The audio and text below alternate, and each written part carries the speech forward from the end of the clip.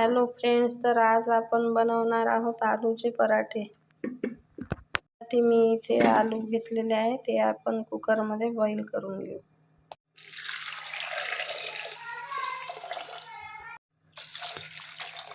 Cooker मी लावून दिलेला आहे. तर त्यासाठी आपल्याला लागणार आहे कांदे, लसूण पेस्ट, इथे हिरव्या मिरच्या मी कट करून घेतलेल्या आहे आणि कोथिंबीर. आलू पराठ्यासोबत आपल्याला दहीची चटणी करायची आहे. तर आलू बॉईल होईपर्यंत आपण दहीची चटणी बनवून घेऊ. इथे मी तेल घेतलेलं आहे, ते टाकू जिरं, राई आणि कढीपत्ता. यामध्ये लसणाची पेस्ट, हळद आणि चटणी,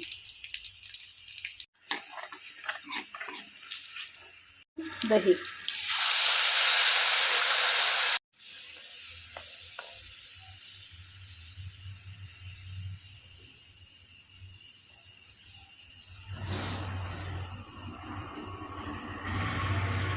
बंद करून देऊ. थोडीशी कोथिंबीर. यामध्ये तुम्ही थोडीशी साखर पण टाकू शकता. बघा, दहीची चटणी आपली रेडी झालेली आहे. तर आपले आलू बॉईल झालेले आहे. आता आपण याचे सालपट काढून घेऊ. तर बघा, इथे मी आलू शिलून घेतलेले आहे. त्याला आपण स्मॅश करून घेऊ.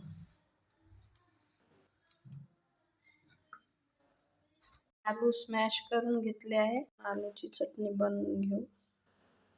त्यासाठी तेल घेऊ, जिरं टाकू, राई. तर इथे मी थोडीशी चटणी घेतलेली आहे, हळद, मसाला आणि मीठ. तर आता आपण यामध्ये कांदे टाकणार आहोत, लसूण पेस्ट,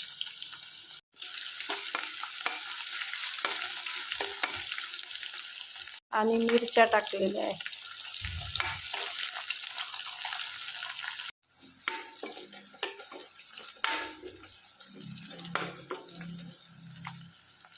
तर हे आपण परतून घेऊ. थोडंसं लालसर झालं तर मग यामध्ये चटणी, मीठ, हळद आणि मसाला टाकू.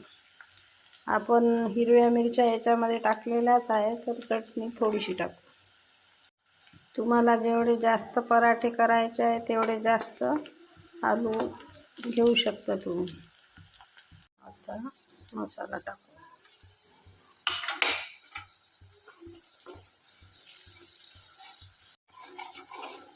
छान मिक्स केलं की यामध्ये आपण स्मॅश केलेले आलू टाकू.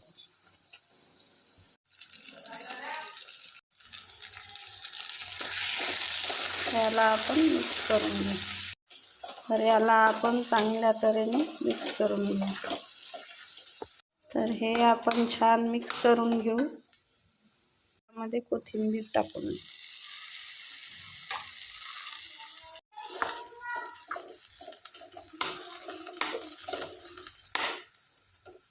तर आलूची चटणी आपली रेडी झालेली आहे. आपण गॅस बंद करून देऊ. एका भांड्यात काढू करून देऊ. तर आलूची चटणी आपली थंडी झालेली आहे. यामध्ये आपण गव्हाचं पीठ टाकू. आता आपण मिक्स करून घेऊ. त्याच्यामध्ये जेवढं पीठ बसेल आणखी तेवढं मिक्स करून मळून घ्यायचं याला छान. तर अशा प्रकारे याचा डो बनवून घ्यायचा.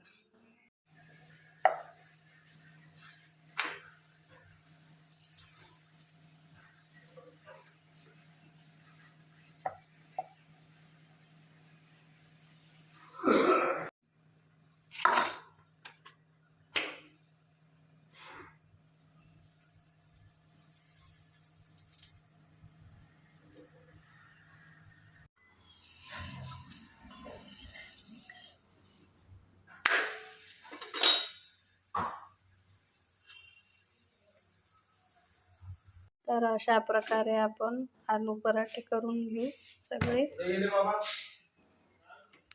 आणि एक वेळ नक्की बनवून पहा तुम्ही. या पद्धतीने खूपच टेस्टी पराठे लागतात. आणि जास्त तेल न वापरता हे पराठे मी बनवलेले आहे.